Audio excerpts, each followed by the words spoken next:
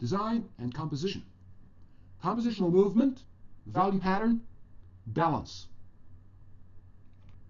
Composition means that you need to select certain things that are going to be part of your picture while leaving out others.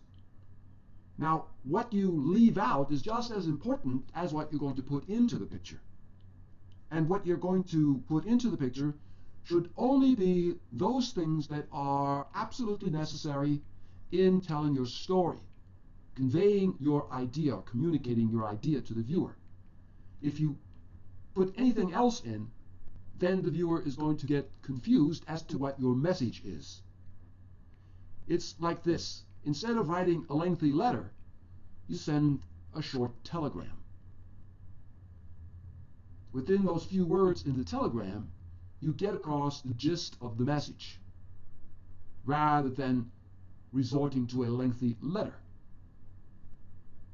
And this boils down to making the composition simple. Simplicity, in other words. That's the key to an effective picture that communicates clearly and effectively.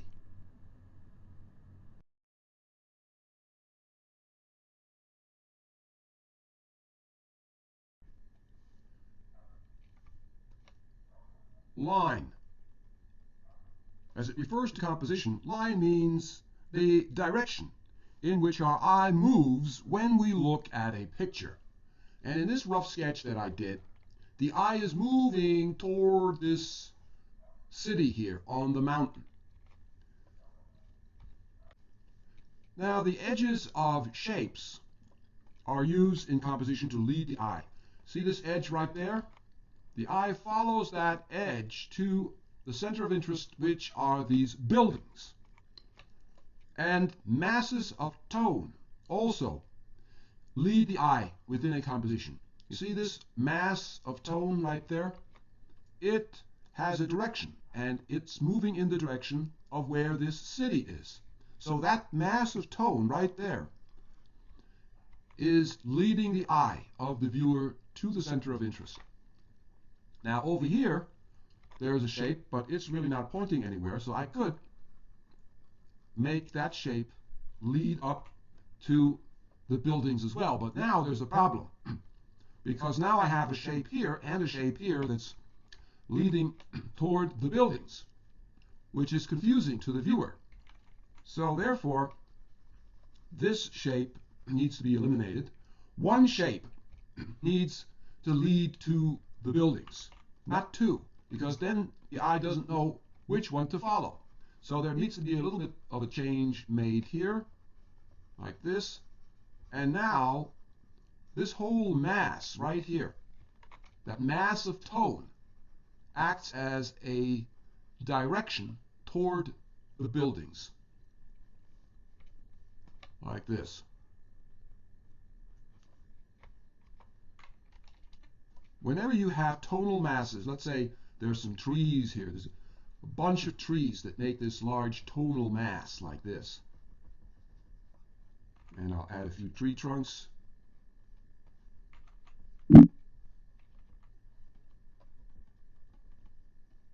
And some branches, just to make it look a bit more like trees. And let's say over here, there's a farm, a silo over here like that. I'm doing this very rough and very quick.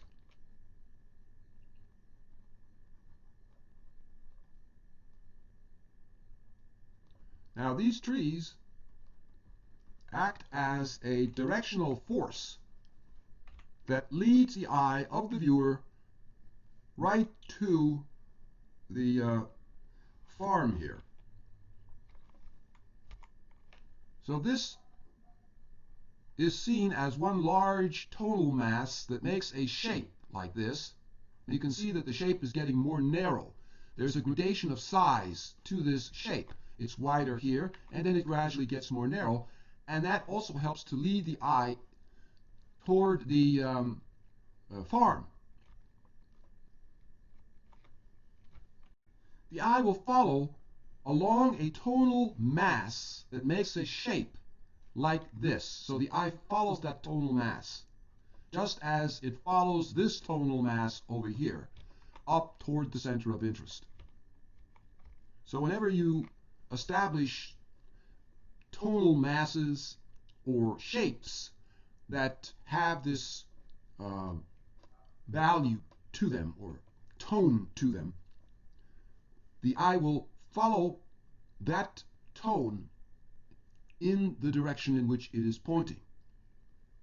If you, however, have a tonal mass that makes a square shape like this, then there isn't any direction in which this tonal mass is pointing.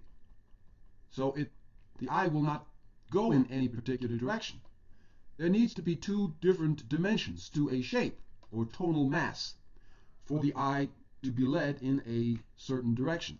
Now, if I lengthened this tonal mass here like this and made it more narrow over here so that the whole shape itself tapers like this, let me just get a different color, tapers like that, it makes a kind of arrow that the eye then follows in this direction toward the right.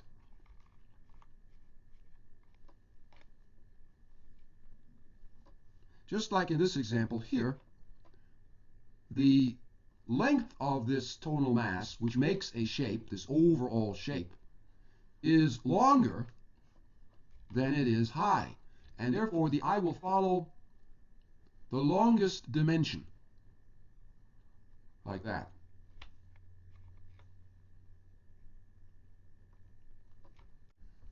Clouds, for example, in this rough sketch could lead to the center of interest. So here again, I'm creating a mass right up there that is going to be pointing to the city on the mountain.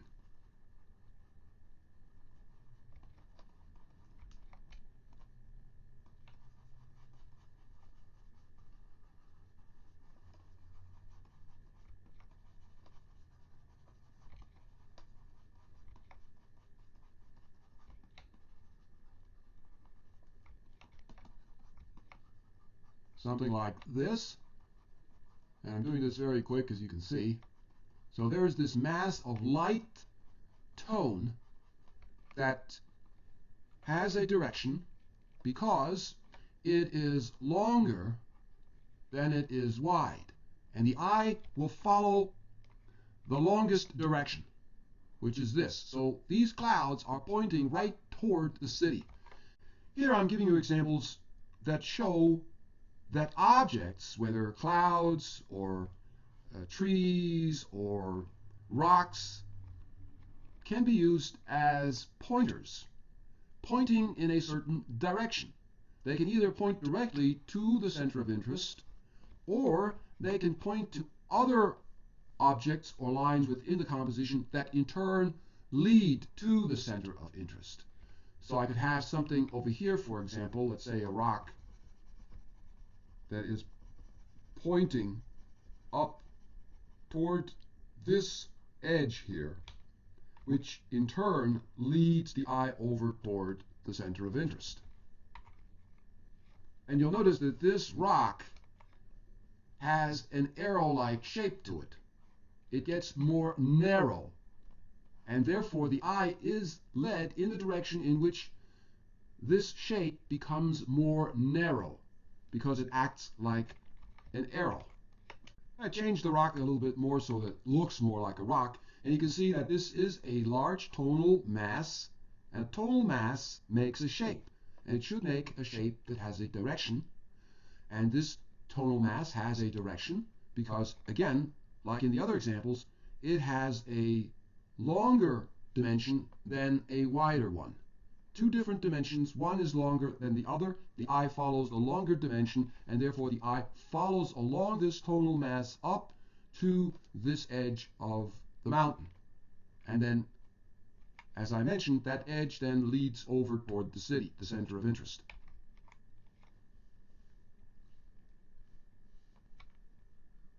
Now you can also see that I made this rock lighter over here, and it's darker here.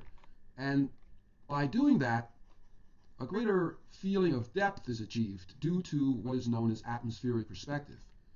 So atmospheric perspective, when applied, can give a feeling of great depth to a picture. See how darker this part is than this part? Helping to create a feeling that this rock is going back into the distance like that. But of course, in this composition, I have now two different directions, or lead-ins as they're called. That is, objects or masses of tone or shapes that lead the eye of the viewer into the picture. I have two of them, and this is very confusing. There should be one lead-in. Either this rock leads the eye into the picture, or this one does. If you have two of them, two lead-ins, the eye doesn't know where to enter. Should I enter here, or should I enter here? So have one lead-in. I've been pointing out to you what is called compositional movement. And movement implies action in some direction. And several factors determine which way our eye moves in a picture. And one of those I've already pointed out to you. If the shape of an object is longer than it is wide, the eye will follow that longer direction. But the major direction is often determined by surrounding shapes, lines, and values. Our eye seems to move along progressions, small shapes to large. That's why I pointed out to you over here that the larger shapes, as they progress toward the smaller shapes, the eye will follow that progression from large to small. Not only will the eye of the viewer follow a shape along its longest dimension, but the eye will also follow progressions, and therefore you can use progressions, which are also referred to as gradations, to lead the eye around the composition. In this example that I pointed out to you, there is a progression, as I said, from larger shapes to smaller ones, like that. So there is a progression from large to small that the eye follows. Also, a progression of value.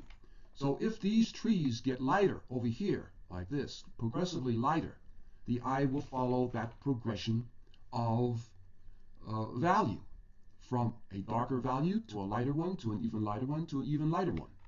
So again, I can use that to lead the eye of the viewer around the composition. You look at this part of the picture here, the foreground is dark, and I think I'll make that even darker, like this. Then the value gets lighter, and I'm going to make it even lighter over here in the distance. So there's a progression of value going from darkest value up front, right here, to a lighter value, to an even lighter value. So the eye is following this progression of value, as well as a progression of size. The rocks in the foreground are larger, and then they get progressively smaller as they recede into the distance. And these things lead us into the picture and up to the center of interest.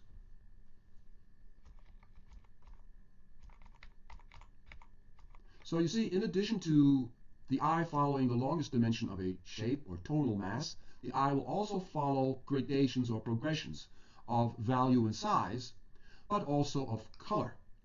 Any kind of progressions that are established, the eye will follow that progression.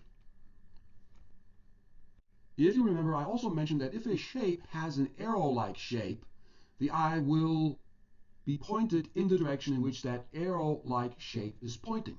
And I'll give you an example of an arrow-like shape right here. You see this shape? It has a shape that is similar to an arrow.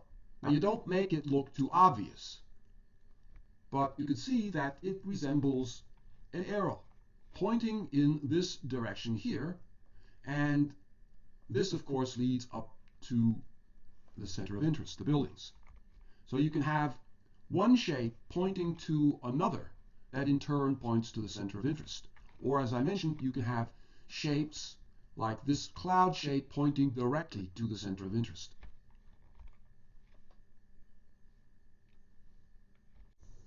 some shapes have a definite front and back to them, and the direction of movement of the viewer's eye will usually be similar to the direction the object is pointed. So for example, here is this dragon. He has a front and he has a back to it. The eye of the viewer will follow the direction in which the front of this dragon is pointing, which is toward the left. This also is another example of a pointer, an object that is pointing in a certain direction. Now watch what happens when I change the direction of this dragon, like that. Now the dragon is leading the eye of the viewer toward the right border and out of the picture. So you have to be careful that you don't have your pointers or shapes pointing out of the picture. They need to point into the picture so that the viewer's eye will remain within the picture, like that. Now watch this. I'm going to make these rocks even larger in size, like this. And this is to point out to you that when we first look at a picture, we seem to notice the large shapes first, and then the smaller ones, or mid-sized ones, and then the smallest shapes. So it's this large shape that we notice first, and then these smaller shapes here.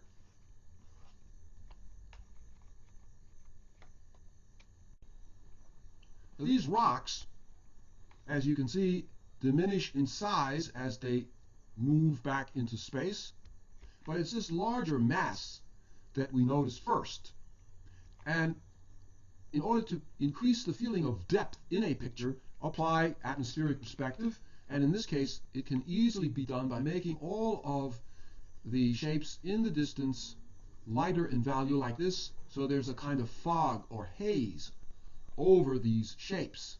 And I'm also applying progression of values or gradation of values, the darkest values up front, and then they get progressively lighter as they move further back into the distance, with the lightest values on those objects that are the furthest back, like this one right there. See how light that value is compared to this one, and then of course to the foreground values that are the darkest.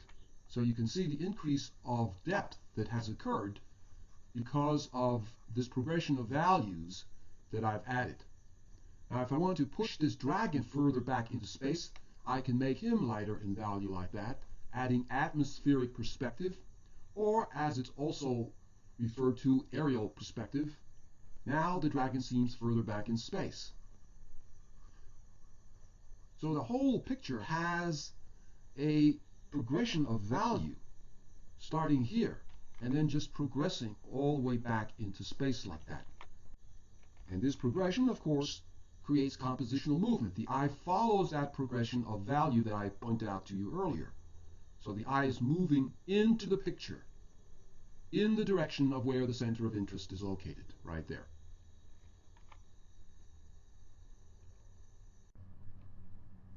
I changed this up here to compositional line, which is more accurate. And I made this rough sketch to point out to you, like I did in the previous example, that masses of tone can lead the eye along that mass of tone. If you look over here where these buildings are, they make this mass of dark tone here. You see, all of that is basically a dark tone. And that mass of dark tone leads the eye over to where the figure is standing, like this. So I'm using these buildings to lead the eye to the figure by way of establishing a dark mass. And that dark mass has a direction. And you can see that it is longer than it is high, and therefore the eye moves in the direction of the longest measure. And the same goes for these buildings over here. They too form a dark mass that leads down to the figure like that. And if you look at this shape, you can see that the shape gets more narrow right there. It tapers. And therefore acts as a kind of arrow that points to the woman.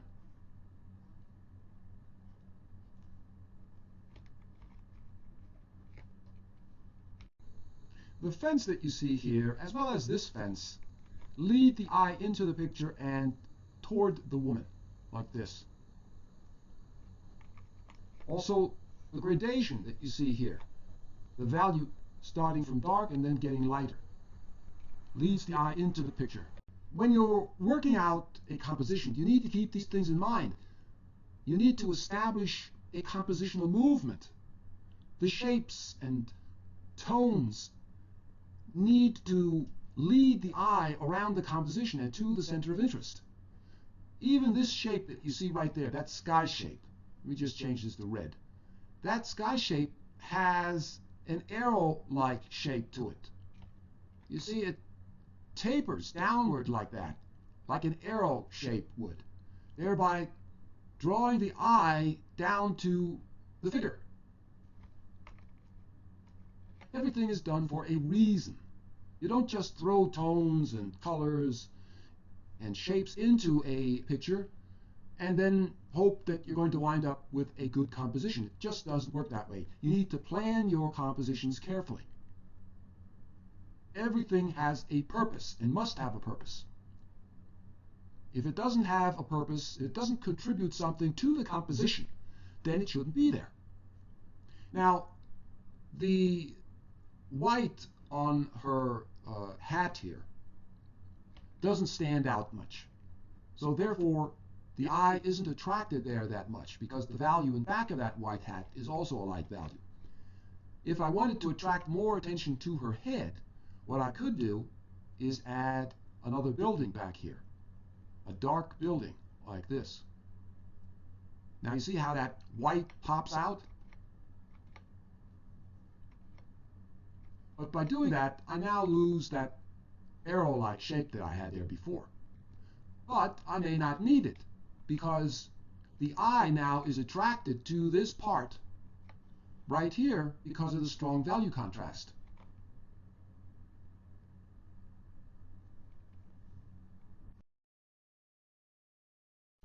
This is a rough copy that I did of a painting by the great Bernie Fuchs, and I want to use this to point something out to you about how you can get the viewer's eye to enter into the picture and move around the picture.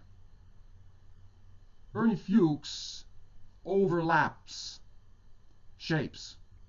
So there's this figure here of this woman in the foreground like this. And there's another figure right in back of her, right here. So this is another shape. And then in back of that figure, there's another one.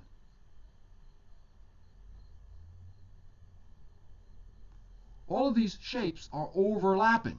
This foreground shape right here overlaps this one, and this shape overlaps the shape in the background. Now, one of the reasons he does this is because when you overlap shapes, like this, for example, the eye moves along these shapes, from one shape to the next to the next. And the fact that the sizes get smaller as the shapes recede back into the distance further aids in this movement backwards. Let's say you want to do a painting of some figures. Now just rough this in. Think of how you're going to have the viewer enter your picture and how the viewer is going to move within that picture. So let's say there's a large figure in the foreground that you want. Now, you want a couple more figures, so you have to think, well, where am I going to put those other figures, and what is the compositional movement going to be like? Well, you could do something like this, where you place the other figure in back of the figure in the foreground, like this, and then another figure even further back. And what you wind up with is a compositional movement that starts here with the largest shape in the foreground and then moves back to the next shape and then to the next shape. And these shapes get smaller as they recede into the distance, just like what Bernie Fuchs did up here. And I'll show you what this color sketch looks like. Here it is. And you can see that I placed this foreground shape right here. And this foreground shape overlaps the background shape. That's very important, that the shapes overlap, just like Bernie Fuchs overlapped the shapes here. And then this other figure way back in the distance is overlapped by this shape. This overlapping, just like you see in this example here, helps to lead the eye from one shape to the next, just like I pointed out to you with this Bernie Fuchs picture. And then, of course, again, like in Bernie Fuchs's picture, the shapes diminish in size. There's a gradation of size taking place, with the foreground shape the largest, then the next shape a bit smaller, and then the smallest shape further back. And that diminishing of sizes, or progression of sizes, further helps to move the eye from the foreground back into the distance like that, into the picture.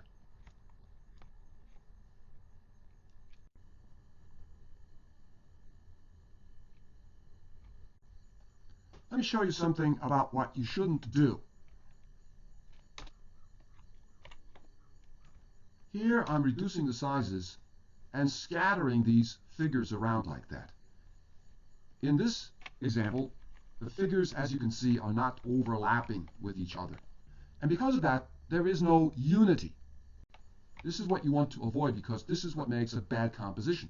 Unless you have a really good reason for scattering the shapes like this and not overlapping them, they should be overlapped, because overlapping will create a more unified and cohesive composition. And I'll be mentioning this again in other lessons with other examples to remind you of this, because it's very important that you overlap your shapes and forms for unity. Rhythm creates compositional movement. What you see here is a rhythm of shapes. The shapes have been repeated, and therefore they set up a rhythm that the eye follows. And the same goes for this rough sketch that I did. These shapes set up a rhythm.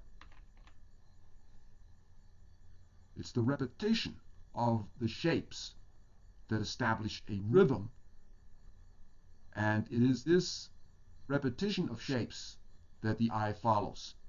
It is the rhythm that establishes a movement within the composition.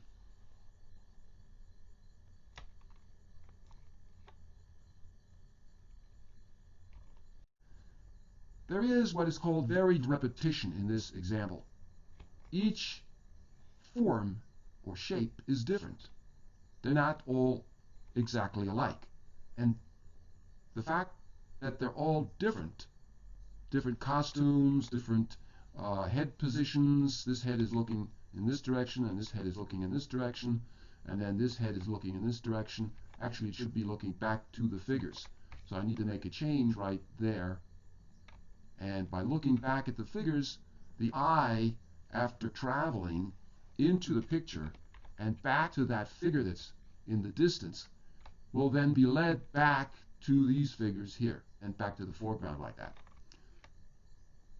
And that figure sets up what is called a psychological sight line. The eye will follow the direction in which a head is looking. So that's how you can bring back the eye of the viewer to where it started.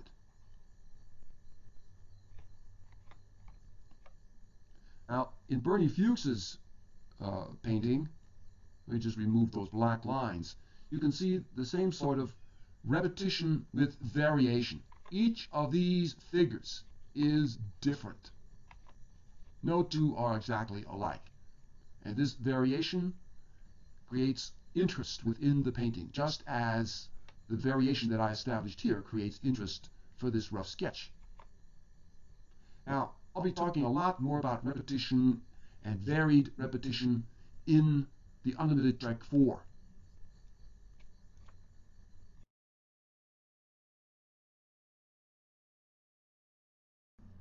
you can create a feeling of depth by using props in the foreground, such as, for example, what Bernie Fuchs did, the great illustrator Bernie Fuchs. He had these figures sitting on this couch, a man and a woman, and I'm just roughing this in for now. And right here in the foreground, right there, he adds this lamp, a prop. And it's large in size.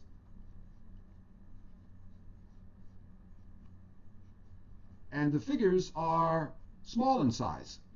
So by placing this lamp in the foreground and making it large like that, it creates a great feeling of depth within this picture. And then I'll just roughly add the table on which that lamp is sitting, like this.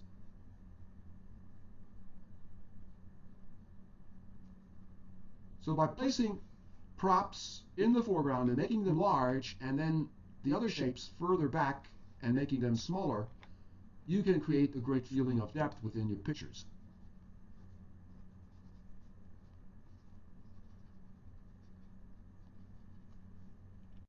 So I added this up here, using props large in the foreground to create depth.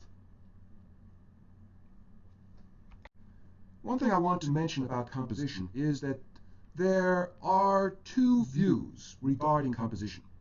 One is that the painter begins to paint and that the composition evolves by a process of selection and arrangement as he or she proceeds with the work. Now, the other view is that the painter consciously makes an arrangement and seeks to make the material fit into a preconceived pattern. The importance of borders. With this rough sketch that I did, I want to demonstrate to you that borders have a pull on objects. They seem to pull the objects toward them. Now, this figure running in the desert can be made to seem like he is running even faster by moving him closer to a border, like this. Now, this border here pulls on the figure and thereby increases the feeling of him running to the right. Compare the two positions. When I return it to the middle, does that figure now seem to increase in speed, or does it seem to increase in speed by placing it closer to the right border, like that? So this is very important. When you want to get the feeling of movement across, you can increase that feeling of movement by placing the object that is moving closer to a picture border.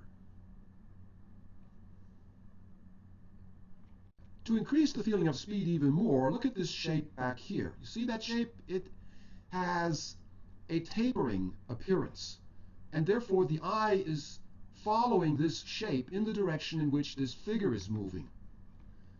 The fact that the shape is tapered like this makes it appear as a kind of arrow, a long arrow that is pointing in the same direction that the figure is moving.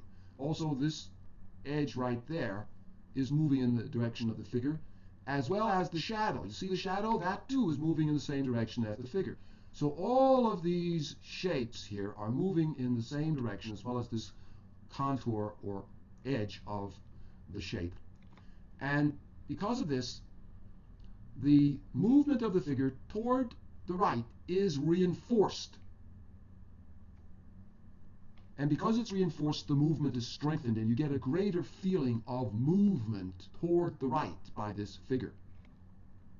This is how the environment or setting in which you place the subject can reinforce the subject.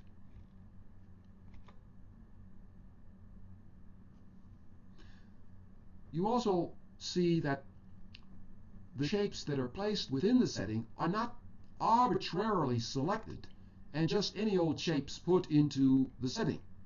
You can see that these shapes have been planned to make this kind of long, tapering, arrow-like shape to lead the viewer's eye toward the right in the same direction that the figure is moving. as well as this contour here. And I think I'll strengthen that contour a little bit more by making that darker like that.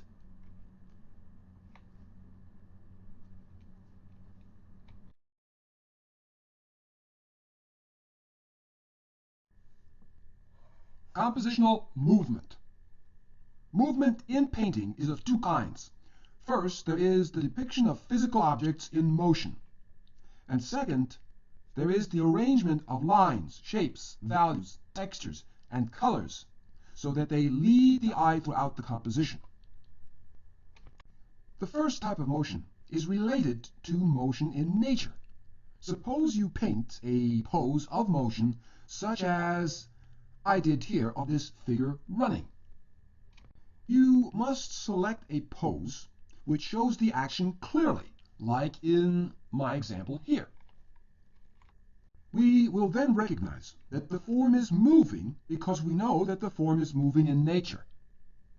Therefore, this figure appears to be in motion or moving.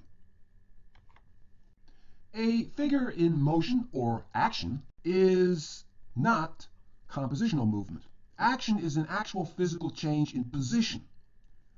Compositional movement, on the other hand, is experienced by comparing the positions of stationary objects in relation to each other within the borders of a picture. As you can see, I've changed the pose of the figure. He's no longer running. Now he is in a stationary position. And with this, I want to show you the second kind of movement that is found within a picture, which is the movement upon the surface of the picture. I'm going to repeat this figure. Whenever there is repetition in the painting, such as this, for example, with shapes or colors or values or textures, the eye senses this repetition and relates one shape or color or value or texture with another. A quality of rhythm is therefore established, and our eye then moves from one shape or color or value or texture to another to another. The picture becomes organized by way of this pattern that is established, and we get a sense of movement within the picture or composition. And this is what is meant by compositional movement. The eye doesn't just follow the repetition of forms, shapes, colors, values, and textures, but also follows along lines, actual lines, or shapes that look like lines, like this sword that he's holding. That looks like a line. And also along edges of shapes that are considered lines as well, or contours of shapes, like this contour here. That contour is considered a line that the eye follows. And any other contours or edges of shapes that are found within a shape, such as this contour here, for example. So the eye follows along actual lines and implied lines, which are the lines found at the edges of shapes. I'm going to do a little rearranging, and I'll begin by making this figure bigger, and then this figure smaller.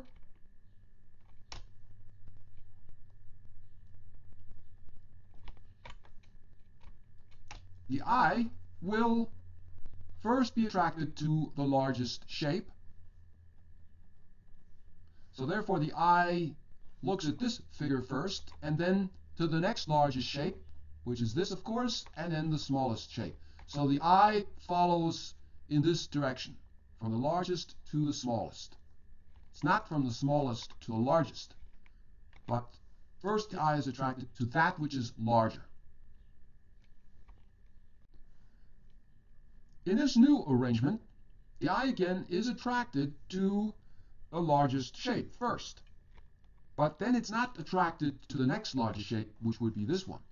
And that's because our eye moves naturally from left to right. So as it's moving from left to right, it encounters this shape next. And then that one, the smallest one, and then the eye moves forward toward this larger shape next. So the movement is like this. Here again, I've changed the composition. In this example, the eye of the viewer needs to be led to this figure. And you see this shape here, which is this tapering shape, arrow-like shape.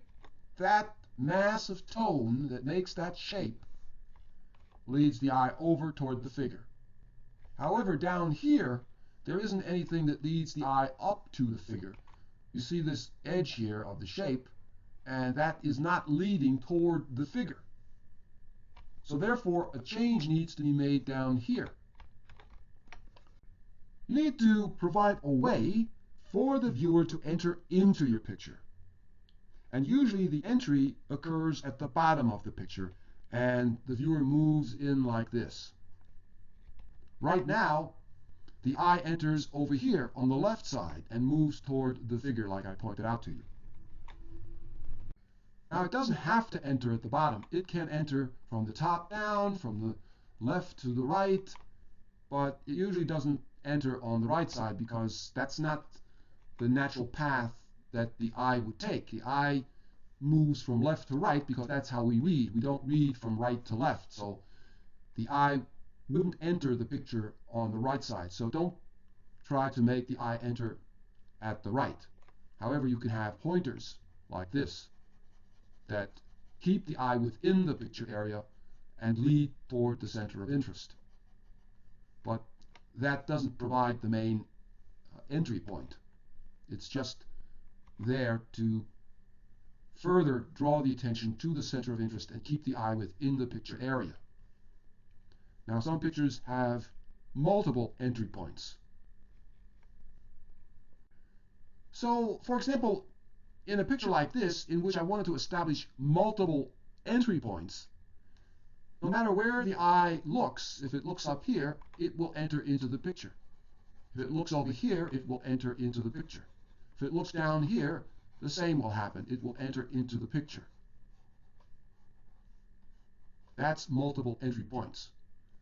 But it's best to have one main path that the eye takes, a master path, so to speak. So the eye could take a path like this, travel to the figure, around the picture, and then back again to the center of interest. Don't get the eye stuck in one part of the picture where it moves around that part, but then fails to move around the entire picture. So let's say I want to have the eye enter at the bottom here. To have the eye enter, I need to establish some kind of lines or a shape that leads to the center of interest. Maybe these lines in the sand, like this, lead the eye toward the center of interest. And this contour right there of that shape, of that small sand dune, leads the eye along toward the center of interest.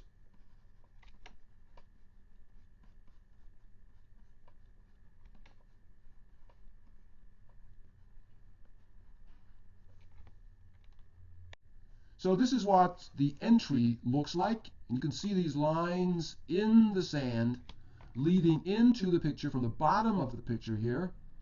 And they're not moving directly to the center of interest, but rather they're moving over toward the right of the center of interest and then around like that to where this shape is, which is pointing to the center of interest. Now this shape here has an arrow-like shape to it because it is tapering, as you can see. And the eye will follow a tapered shape like this because it resembles an arrow. So the eye follows the direction in which that arrow shape is pointing, which is to the center of interest.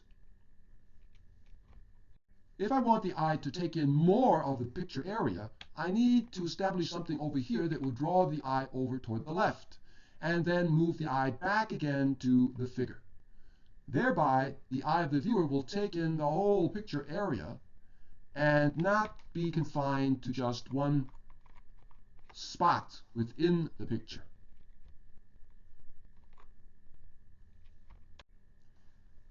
What I did now, as you can see here, I added this oasis with these two figures that helps to draw the eye away from this center of interest to the secondary area of interest back here.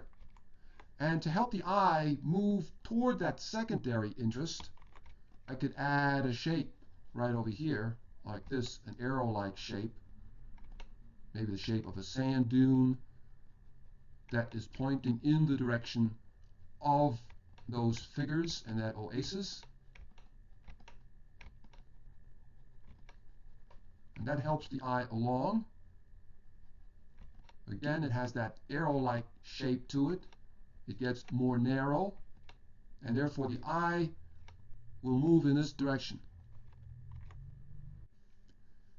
So the eye travels like this, along these lines in the sand, then over toward the center of interest, then to the secondary area of interest, but now it needs to go back to the center of interest. And the way that is done is by way of this shape here.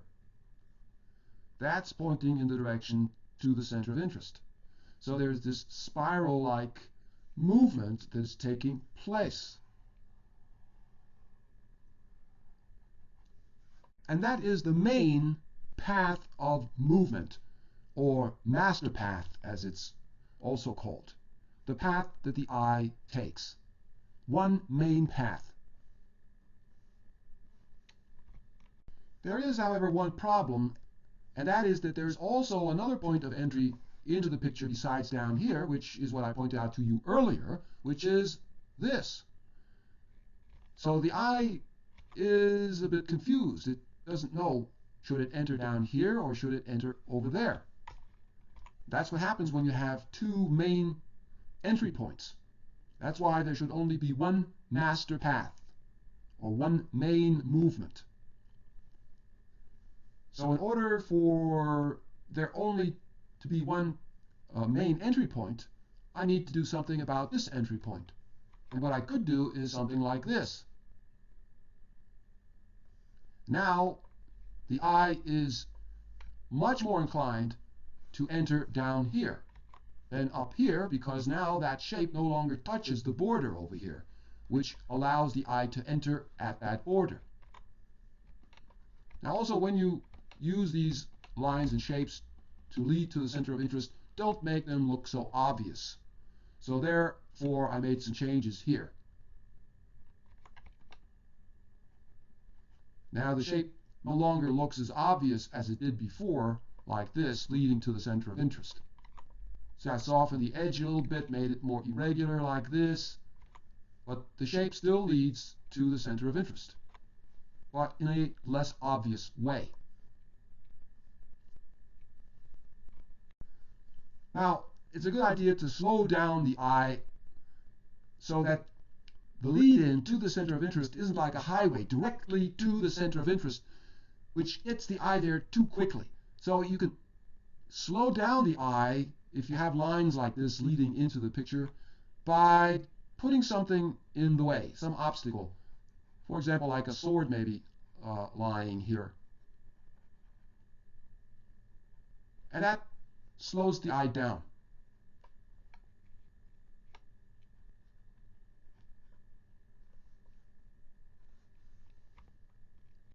One thing I want to make you aware of is the corners of the picture area. They can easily lead the viewer's eye out of the picture if you place something important over here into the corner. And that's because the edges of the picture area that you see converge, creating an arrow-like shape and drawing the eye of the viewer to the corner and then out of the picture area. Let me show you what happens if I move this figure over into the corner like that. Now, the eye can easily be led right out of the picture area.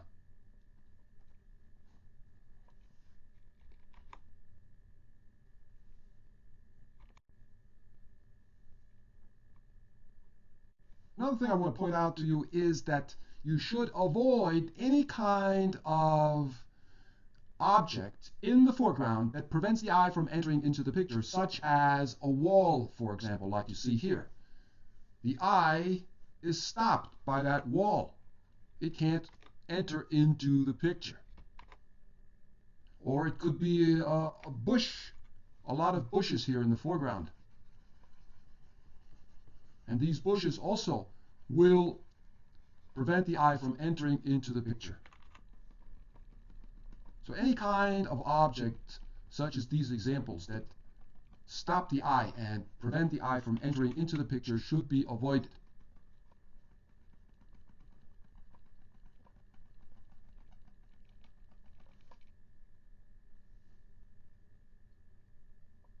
You can, of course, have a wall or bushes if they allow the eye of the viewer to enter into the picture. So if you want bushes in the picture, then you could do something like this. Very quick, like this, for example, a bunch of bushes that lead into the picture and toward the center of interest.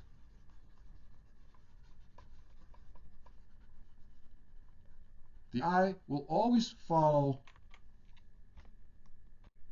something like this. This is very rough, but you get the idea. Now these bushes do not act like a wall preventing the eye from entering into the picture, but the eye follows the progression from large to small toward the figure. And the same can be done with a wall or any other object that leads into the picture. This bush sets up what I mentioned in other lessons, if you remember, as an implied line. It's not an actual line, but it sets up an implied movement toward the right and to the figure, and therefore it's referred to as an implied line, even though it's not an actual line like this pointing to the figure. But it's a compositional line.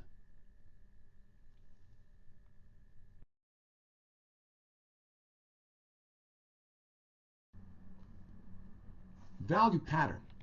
You'll be learning a lot about value patterns in later lessons, but right now I want to introduce you to what the great Bernie Fuchs does in one of his paintings, which I made a rough copy of, which is this. And you see this figure here standing in front of this carriage. And the figure has a dark value that I'm going to add now. And what Bernie Fuchs does in many of his paintings is that he loses the edge where one shape meets another. So this dark shape here is connected to this dark shape over here on the carriage. So I'll make that a dark value as well. And you can see that now the two darks are merging together to form one larger dark shape. This creates a large dark value pattern, and it connects those two shapes which would otherwise be disconnected and therefore not create a strong unified pattern if that value were a light value like this instead of a dark value. Now there's no connection between this dark shape and this lighter valued shape. But Bernie Fuchs connects the two shapes by making both of them dark and thereby creating a larger dark shape like this, which creates a larger dark pattern. This creates a unified shape. And then he continues the dark over here on the carriage, connecting this dark of the carriage with the dark on the figure of the man. And you can see that it's forming this large dark shape. All of these shapes are connected. This is a way of achieving economy of shapes, because when you connect shapes like this, you have fewer shapes. So instead of having 3 or 4 shapes, you only have 1. Thereby you unify all of the shapes and you create one larger dark shape, or it could be a light shape or a middle value shape. Whatever the value happens to be, you can unite those shapes into a larger pattern. And this strengthens the composition because you wind up with a more unified composition. All the shapes that you've connected, they all hold together, they unite. I did some more rough copies of Bernie Fuchs's paintings, and I'm showing you these because he's so great at composition. And I want to point out some things that he did that made his compositions so effective. For one thing, sometimes he would use an unusual viewpoint, like in this example here, where these figures are sitting around this table. And he didn't select a viewpoint at eye level, but rather the viewpoint is from below. It's down here, looking up at the table and chairs and figures. In addition to the unusual viewpoint that he uses in this picture, I want to point out a compositional device that leads the eye to these heads right here. And he uses what is called framing. And he frames these heads with the use of this chair that he places in the foreground. And also by placing this large chair in the foreground like that, he creates a feeling of depth in this picture because the table and the figures here, they're all further back in space. So here's another example in which a large prop has been used in the foreground to create a feeling of depth in the picture. Now I'll enlarge this section here where this chair is so that you can see how he frames these heads with the chair. See, this chair right there and that part of the chair acts as a frame for the heads, drawing the attention of the viewer to those heads by way of framing. And then also all of the detail that would otherwise occur down here, the man's leg coming down like that and his foot, that has been eliminated by making this part down here dark, by adding a dark value there and just merging all those shapes together so that you don't see any leg or foot, any definition. And by doing that, he draws your attention up to the figures up here. So there's nothing down here to distract your attention away from the figures up here. So these are some of the compositional devices that he uses. And now on to the next picture, this one right here. And what he does here is he tilts the entire picture toward the left, as you can see. Now why does he do that? He does that because by tilting the entire picture, he creates a more dynamic composition. Moving on now to another example, this one right there. Here he uses repetition. He repeats these umbrellas. And you can see that he repeats them in such a way that each umbrella looks different. But yet, there is a similarity between all of them so that a harmony of shape results. You'll be learning a lot about repetition in the Unlimited Trek 4 if you happen to take that course. I talk a lot about repetition and its importance in that course. You can see that the umbrellas are getting smaller as they go back into the distance. Thereby, the principle of gradation is applied here, a gradation of sizes, which helps to add variety to these umbrellas, makes them more interesting, and creates a feeling of depth. Now, just as in the previous example in which I showed you that Fuchs loses the edge of shapes, merges the shapes together to form larger shapes and larger patterns, so he does the same thing here, and I'll add the darks that connect. Now this umbrella in the foreground doesn't connect with the others. All of these others here he connects. Right here he makes a very tenuous connection between these two umbrellas. All of this is dark, and this is dark as well, and that one too. So he connects all of these umbrellas and this shape here by way of this dark. All these darks are linked, they're merging together to form a larger dark shape and a larger pattern, except for this one, as I mentioned, that he detaches. you don't have to connect all of the shapes. You can have some that are detached, like he does. This helps to add variety to the arrangement, and the disconnected shapes can also help to balance those connected shapes depending on where you place them. Moving on now to this painting that Fuchs did, and in my rough sketch here, I hope you can make out a figure that stands here. That figure is a policeman, and then there's a car over here that has broken down, and then there are some shapes here and here that you see. Now, if you look at the background right there, that is a rather empty looking background. And down here where the road is, for the most part, this road also looks empty. Between these two shapes that appear rather quiet and empty looking, Fuchs places these shapes that you see. There's a kind of sandwiching going on here.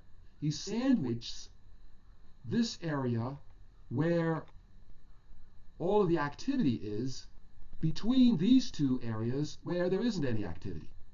And by doing that, he helps to bring emphasis to this part of the composition.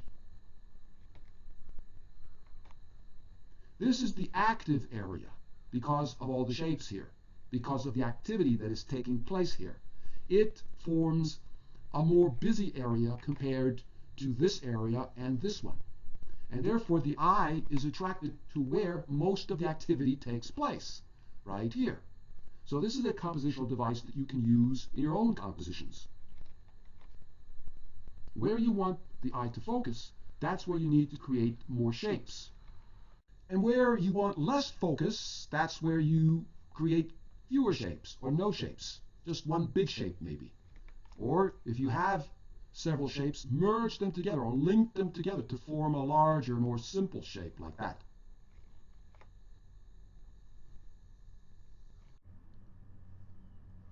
Distribution of areas in balance. While balance is easily obtained in symmetrical arrangements, such as, for example, in this arrangement, this is a symmetrical balance or symmetrical arrangement. This kind of arrangement will establish, however, a static state of repose. In pictorial composition, when movement is desired, balance must be accomplished by arrangement of areas that are not symmetrical. Regardless of its proportions and the limits of its boundaries, a rectangle, for example, presents to the artist possibilities for an infinite variety of arrangements in the division of pictorial space. Balance can be achieved by arrangement of areas that are not symmetrical, but in harmony. So, for example, if I move this figure over toward the right a little bit, even though this arrangement is no longer symmetrical, it is in balance because there is a harmony of areas, which means that this shape or area is similar in size to this area here, but not exactly the same size. This size is larger than this one, but they are similar enough to be in harmony. So this arrangement balances because of this harmony that has been established between these two areas. And the composition now is an asymmetrical composition and no longer static like it was when the figure was in the center of the pictorial space, like that. So if you want to achieve balance in an asymmetrical arrangement, you can if you establish areas that are in harmony with each other, like in this example. So this shows you that balance can be achieved through harmony. Now let me move the figure over toward the right even more. What happens now is that the two areas are no longer related to each other because there is not enough similarity of size between the two areas. So therefore, this arrangement is out of balance. Even though it is an asymmetrical balance, I would need to add something over here to balance the figure on the right. But if I establish areas that are in harmony, like this, then I don't need to place anything over here to balance this figure, because it is the harmony that balances the composition. I think the figure needs to be moved over toward the left a little bit more so that the harmony is more noticeable, so that the two areas relate to each other because of their similarity in size. Now, whenever things have common characteristics which are distinctly noticeable, they are then in harmony. I'm going to return the figure to the exact center, thereby establishing the symmetrical composition. And in this kind of symmetrical composition, the two sides, the left and the right, have equal importance. The eye is torn between the two sides of equal importance. But by making an asymmetrical composition and making one side larger in size than the other, now there is no longer equal importance. There is one size that is dominant over the other size. So in an asymmetrical composition, you avoid the sameness and uniformity of size that occurs in a symmetrical composition, and thereby you create a more interesting composition. The harmonious division of the pictorial space makes for pleasing sizes. We sense a visual comfort in a composition like that. So when you divide the pictorial space, like this, for example, then the two sizes are totally unrelated because there is not enough similarity between the two sizes. But if you want to relate the areas so that they form a more pleasing, harmonious relationship, then you need to make those sizes more similar, like this. And this is largely a matter of judgment as to what size is going to be in harmony with the other size. Is this the right size that is in harmony with this size? Or should there be a division like this, in which this size is a bit larger than the previous size? This relationship, I think, establishes more of a harmonic relationship than the previous size. But even though the sizes are in harmony, there's still enough difference between these sizes to establish enough variety of sizes to make this arrangement interesting and pleasing. So that vertical division of space by this line represents where this figure is placed. So I've been showing you the distribution of areas in balance through harmony. But you also need to add tones, and the tones need to be distributed within the areas so that they balance. Now I changed the word areas to tones. Distribution of tones in balance. Equal sizes of both black and white values, like you see here, are in balance. But this sort of arrangement isn't very interesting.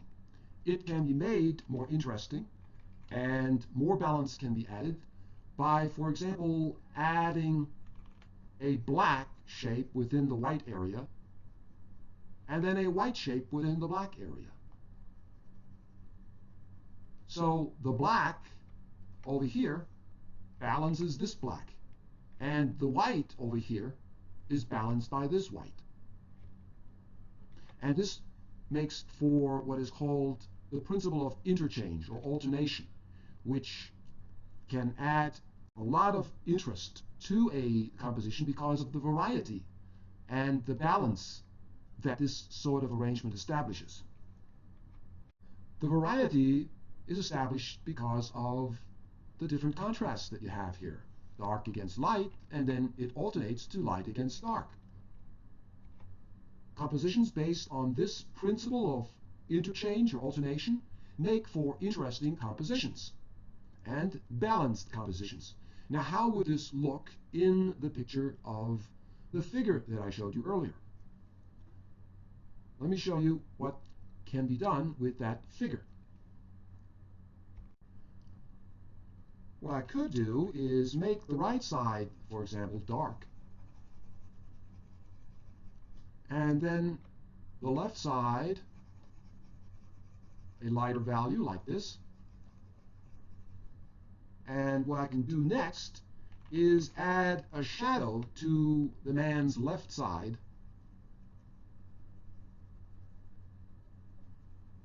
while keeping the right side in the light right there. Light is falling on the right side. Thereby, I'm establishing light against dark, and then over here, there's dark against a light background. And the principle of interchange has been applied to this figure now. So this is one way to apply that principle.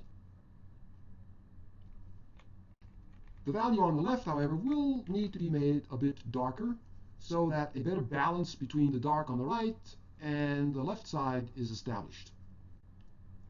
Even though I made that value darker, I still have the principle of interchange here. Dark against light can still be seen. And what I could do, if I think that this side still doesn't balance this side enough, I could add a gradient. A gradient tone running from dark to light like this helps to add weight to this side of the picture. A gradient is thought of in terms of having more weight than a flat area of tone. Now, by adding this gradient or gradation of tone over on the left side, I also increase the interest of this side, because there's more variety here now. There isn't just a flat tone over the entire shape.